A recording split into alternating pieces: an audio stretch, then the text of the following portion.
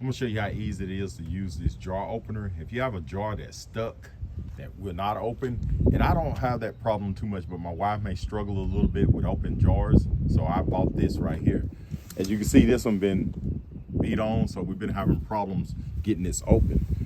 And I like measuring things, give you guys measurements before you purchase anything. See, this is the widest that it will go. If you look at it, it's in its last loop.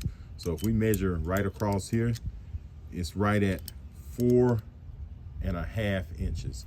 So if you got a jar with a diameter that's greater than 4.5, you probably don't want to get this. But anything under 4.5, you can get. So I'm gonna show you how easy it is to use this. You see it got the different little holes in it. So I'm gonna show you how easy it is to use it. I'm gonna go to the side. First, what you wanna do is put this on the jar, and you just wanna slide this in. You hear all these different notches? Once you get to the one you need, you just squeeze this and just turn it. There you go. Turn it counterclockwise and it come right off. You see this one been beat up pretty bad. We was having problems getting that off. So I'm gonna show you one more time. Tighten this up.